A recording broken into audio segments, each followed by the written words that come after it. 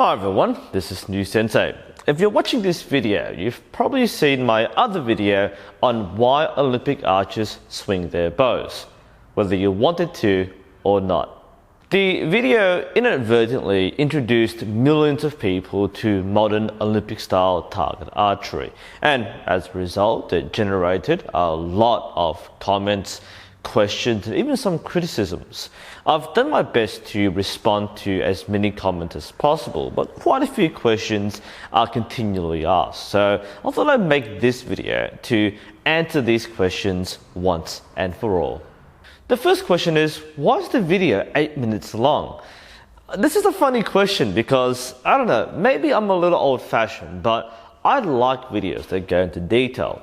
I make the kind of videos that I would like to watch. Now, if you're expecting a 60-second did you know kind of video, then yes, it might be long. But to me, 8 minutes isn't even that long. If you're new to my channel, then you might not realize that most of my archery videos are tutorial videos. And realistically, you can't teach someone about a topic in under 5 minutes. If it was that easy, you wouldn't need someone to explain it to you. The other problem with a short video is that it leaves the door open for other questions to be asked that could have been answered right away. For example, if I said that Olympic archers swing their bows because they don't grip their bows, the obvious question is, well, why not? And instead of making several videos answering one question each, I decided to make one video that would answer the next question preemptively. Additionally, the question was answered in around 1.5 minutes. That's typical response structure. You spend time to set up the question, you answer the question in short, and then you go into detail. That's a fairly typical structure. And for those who couldn't be bothered to watch the entire 8 minutes, the answer was written in the description as well. If you're that offended by an 8-minute video, I'm not sure why you're wasting more time complaining about it. The next common question is, well, why don't you just grab the bow after you shoot it? Keep in mind that the action is faster than it might look. Now, in the original video, I actually slowed down the motion, partly to exaggerate it so you can recognize what it was, but also it's not my natural follow-through, so I kind of had to force it, so it came out slower than what most archers would do. The actual speed and motion would look like this.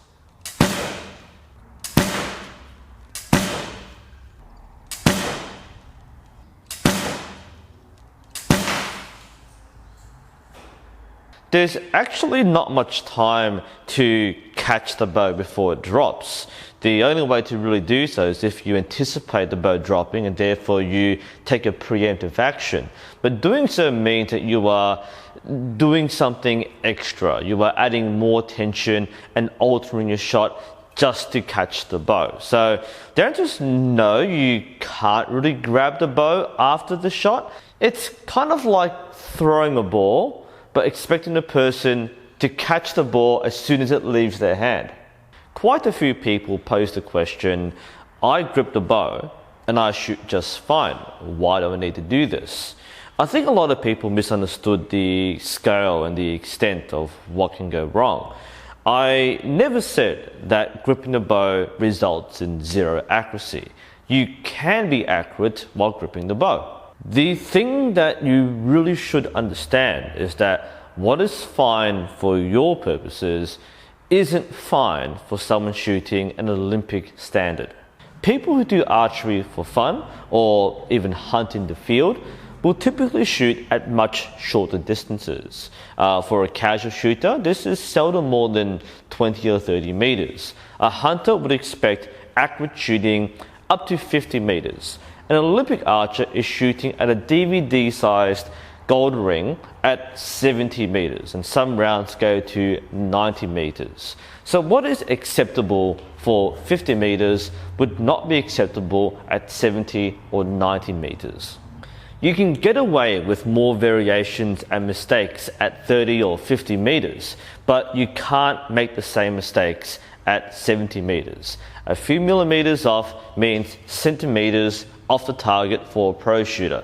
And for an average shooter, a few millimeters off means a meter off the target. Therefore, an Olympic archer will employ techniques and methods which will mitigate those really small variations so they can be more precise at more distant targets. The next question has several variations. Did historic archers drop their bows? Did the English or the Huns or the Mongols or Robin Hood or Hawkeye or Oliver Queen or Lars Anderson? No, they did not drop their bows. I made it very clear in the video that this is exclusively an Olympic archery technique. It's used by modern sport-style target archers. Now there's a positive connotation where the word Olympic implies the best, but at no point did I say that Olympic archers are the best archers. Olympic archery is a specific type of archery in a specific context. There's nothing to do with military, war, or otherwise realistic applications. So what if you had to shoot very quickly?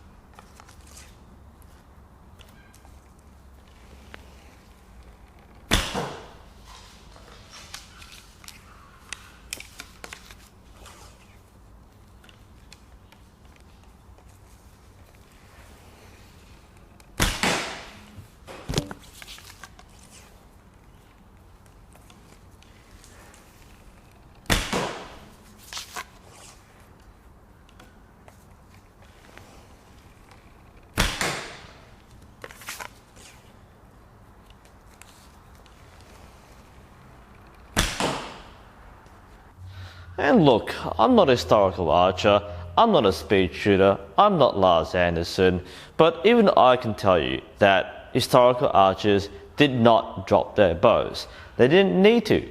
And like I said earlier, just because you grip the bow doesn't mean you have zero accuracy.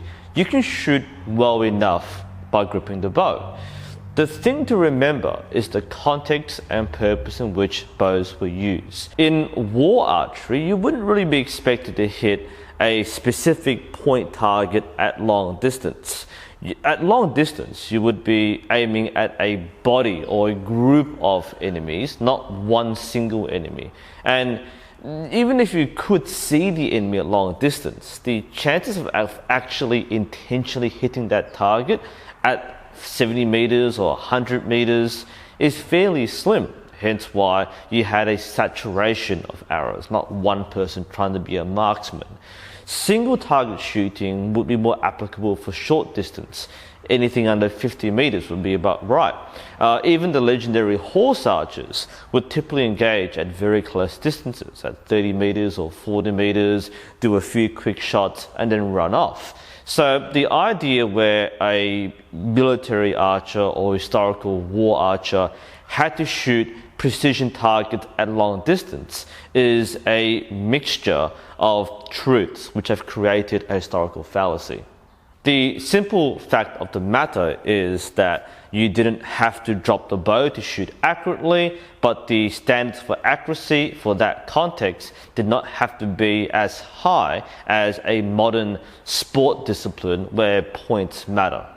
Can't I just grip my bow very lightly instead of swinging it?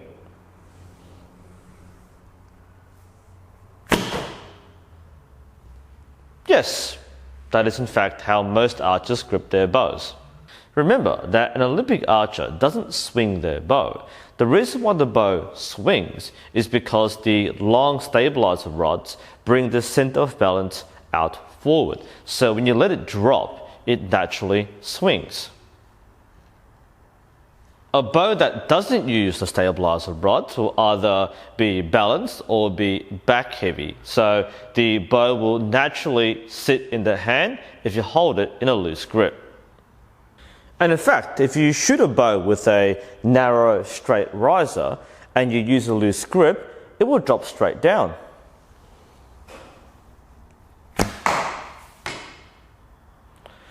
And if you look at the archive footage of the old World Championships from the 1950s, this is exactly what archers do. Target archers have always used loose grips. Now, slings weren't used until much later, in the 1960s, and stabilizer rods only appeared in the 1970s. And that's when we start seeing more of the forward swing. But in target archery, where removing tension is desirable and you want to get a precise grouping at long distance, they've always had a loose grip. And it's always been normal in target archery to let the bow drop. The last question is, why do you even use all this stuff? I mean, you might as well, take the archer out of the equation, put the bow in a bipod and make it shoot itself. And this has just been the largest misconception about modern sport archery. The assumption is centered on the mistaken belief that the bow is automated and that the things do things for you. And the fact is they don't. The sight doesn't help the archer aim. The rods don't include a gyroscope which keeps it stable for you. You have to do everything by yourself, and by adding all these things on, it actually makes it harder to shoot for many people. The bow is too heavy, you have to have much more precise control and muscle conditioning to hold it for long periods of time. There are just more steps in the process which you have to pay attention to. It's actually easy to shoot a bare bow because there are less things to worry about. That said, if you remove all these things from a modern bow, then an archer is simply going to do something else. They'll use a different method to aim, or they'll use a different way to balance the bow. And the thing is, these other methods which are used, things like gap shooting or string walking or face walking, they work. They're still aiming methods, but they're less precise. The inherent problem with going back to a simple stick and string is that these tools are imprecise. There is a limit to how well you can shoot if you only use very basic tools. And there's a certain romantic notion of the old long bows or traditional bows or primitive bows, and stuff like this is a pleasure to make, a pleasure to shoot, and a lot of people do it for good reasons. But at the same time, by choosing to shoot a bow like this, you are accepting that you can't be as precise as a modern bow. And that's okay. But bear in mind, they're designed for very different things. People will boast about being accurate and precise with a simple bow like this are probably doing so from a very short distance. The fact of the matter is that if you look at the national records, the bare bow records are nowhere near modern standard recurve. And that's modern bare bow. I'm not talking about traditional bows, which are even lower than that. For those who love gun analogies, I know many people are enthusiastic about black powder weapons. There's a certain vibe about operating a musket, but a musket can't be as accurate or precise as a rifle. So if someone wants to do precision shooting as a competition, they would use a rifle, not a musket. You can't expect a musket to be as competitive as a rifle. And again, it's not the user's fault. They could be a very good marksman, but if their tool is not precise enough for their needs, then they would obviously pick a more precise tool. Ultimately, that's the reason why we have so many different kinds of bows. You pick the right tool for the job. If you want something small, compact, practical, lightweight, then use a traditional bow. If you want something that is designed for sport and getting maximum points at long distance, then use an Olympic style bow or use a compound bow. That's why people design different bows. That's why people own and use different bows. And really, you use the bow that you want to use and you shoot the style that you want to do. All I'm doing is explaining one particular quirk in one particular kind of archery. If this doesn't apply to you, then it doesn't apply to you. If you don't do archery and you think it's stupid, then what does it matter? And if you don't do archery at all and you think I'm wrong, I'm sure people will take your word over someone who actually trains in it. Anyway, I hope this has opened your mind and clarified a few things. This is NUSensei. Thank you for watching, and I'll see you next time.